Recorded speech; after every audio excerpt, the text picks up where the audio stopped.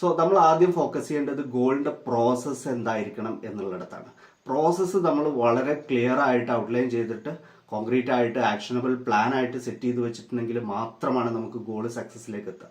പലർക്കും ഒരു പ്രോസസ്സ് ഉണ്ടാവില്ല, ഗോളിന്റെ പ്രോസസ്സ് മാത്രമല്ല, പ്രോസസ്സിന്റെ ഓരോ സ്റ്റെപ്പുകളിലും അതിൽ നമ്മൾ ഓരോ നേട്ടങ്ങൾ നേടുമ്പോഴും നമ്മൾ അത് അച്ചീവ് ചെയ്യണം. കൺഫ്യൂഷൻ ആയോ? ഞാനൊരു സിമ്പിൾ എക്സാമ്പിൾ പറയാം. നിങ്ങളൊരു 5 കിലോമീറ്റർ മാരത്തോൺ ഓടണമെന്ന് ആഗ്രഹിക്കുന്ന ഒരാളാണ്. എന്താണ് ലക്ഷ്യം? സ്വാഭാവികമായിട്ട് നമ്മുടെ പെർഫോമൻസ് 5 കിലോമീറ്റർ മാരത്തോൺ ഓടുന്ന ഒരാളായി മാറുക എന്നുള്ളതാണ്. പക്ഷെ നിങ്ങൾ സ്ഥിരം ഒരു അത്ലറ്റ് അല്ലാന്നുണ്ടെങ്കിൽ നിങ്ങൾ ഇന്ന് രാവിലെ ഒരു 2-3 കിലോമീറ്റേഴ്സ് ഒക്കെ നിന്ന് ചിലപ്പോൾ ഒരു ഒറ്റ സ്ട്രെച്ചിൽ ഓടാൻ പറ്റിയെന്ന് വരും. പക്ഷെ തിരിച്ച് വീട്ടിലേക്ക് ആംബുലൻസിലേക്ക് ആയിരിക്കും വരുന്നത്.